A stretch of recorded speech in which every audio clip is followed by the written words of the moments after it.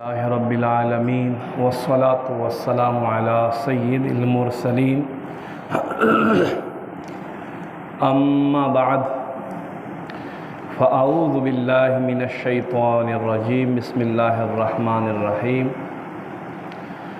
व इज़ जअलनल बैत मसाबतन लिन्नासि व अमना वत्तख़िज़ू मिन मक़ामि इब्राहीम मुसल्ला वक़ाल तआला फ़ी मक़ामिल आख़र फ़ी शान हबीबिही व महबूबिही मुख़बिरन व आमिरा इन्नल्लाह व मलाइकतहु युसल्लूना अलन नबी या अय्युहल्लज़ीना आमनू सल्लु अलैहि व सल्लिमू तस्लीमा। दुरूद शरीफ मिना मोहब्बत सलवा अल्लाहुम्मा सल्लि अला सय्यिदिना व मौलाना मुहम्मदिन बारिक व सल्लिम व सल्लि अलैहि स्वलातन व सलामन अलैका या सय्यदी या रसूल अल्लाह व अला आलिका व अस्हाबिका व अज़वाजिका व इतरतिका या ख़ातमन नबिय्यीन।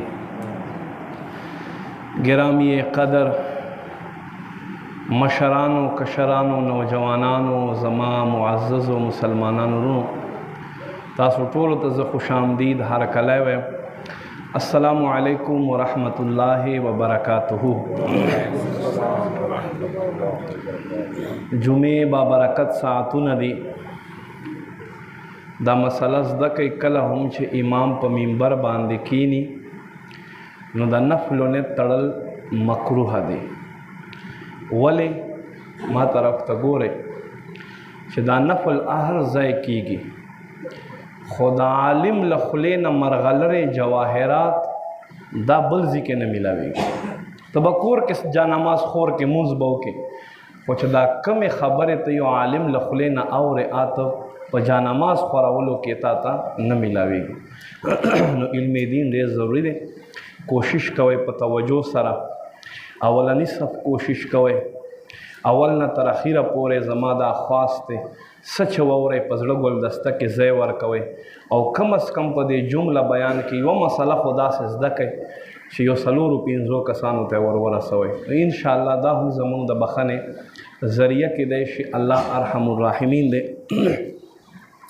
माई इज़्ज़तमंदो तासु तरमखा सूरह बकरा आयत नंबर 125 मा उड़ान दे कड़ो ढेर ख़ुला जामी बयान दे पदे आयत के ढेर ख़ुला मौजू दे और अल्लाह दे वकी च मुंग हम दे खबरों च ज़बयानो मिसदाक गर्जीगु और अल्लाह रब्बे करीम दे मुंग त हम दा मकामात नसीब के।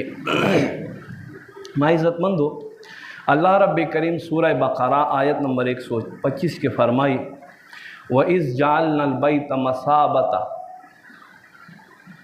मसाबतन लिन्नासि व अमना याद करे च मुंग दा खाना काबा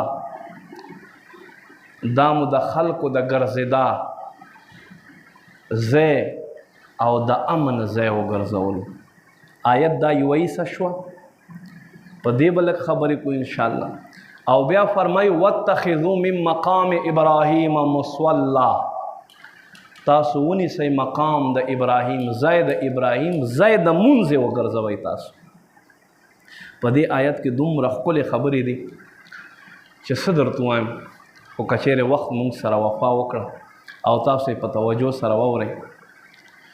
माई इज़्ज़तमंदो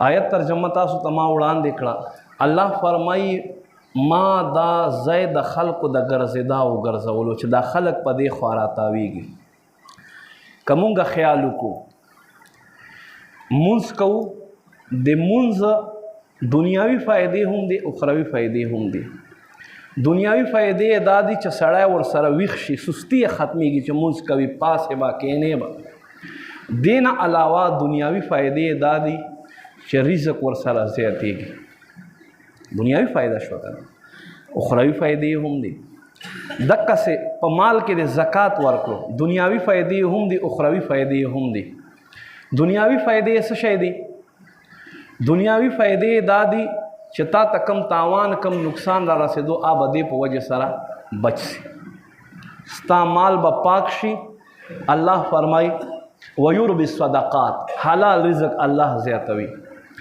दक्का से माई इज़्ज़तमंदो कमुंगा गौर को रोजे बांधे نو روجې هم اخروي فایدې هم شته او دنیاوي فایدې هم شته. دنیاوي فایدې دا دي چې ساینسدانان وایي چې په کال کې یوه میاشت داسې میاشت ده چې په هغې کې د معدې چلاو چې دی هغه شپې په کار دی، ورځې نه دی په کار. ورځې انسان بیماریانې علي. نو الله رب کریم مونږ ته روژه وګرځوله، مونږ ورځې روژه وي په کال کې یوه میاشت او شپې مونږ خوراک کوو. نورې بې شماره فایدې دي، معده مضبوطېږي. نبی علیه السلام فرمایي صومو تصحو، روژې نیسئ الله به صحت در. بهرحال هر یو عبادت چې دی دنیاوي فایدې هم دي، اخروي فایدې هم دي. خو حج یو داسې عبادت دی چې د اخروي فایدې دي، دنیاوي فایدې ظاهرا نشته. دنیاوي فایدې صرف هغو خلکو دپاره دي چې تجارت کوي. نور حج چې دی دا د الله او د بنده ترمنځ د عشق د محبت یوه لار ده. د عشق او د محبت یوه لار څه شی دی؟ هغه حج دی. حج نو ما عزتمندو الله فرمایي دا کور ما د خلکو د ګرځېدا ځای وګرځولو. څه مطلب؟ مطلب دا دی چې که تاسو دې کور ته نږدې یو که لرې یو، چېرته هم چې تاسو یې تاسو به مخ دې خانه کعبې ته کوئ.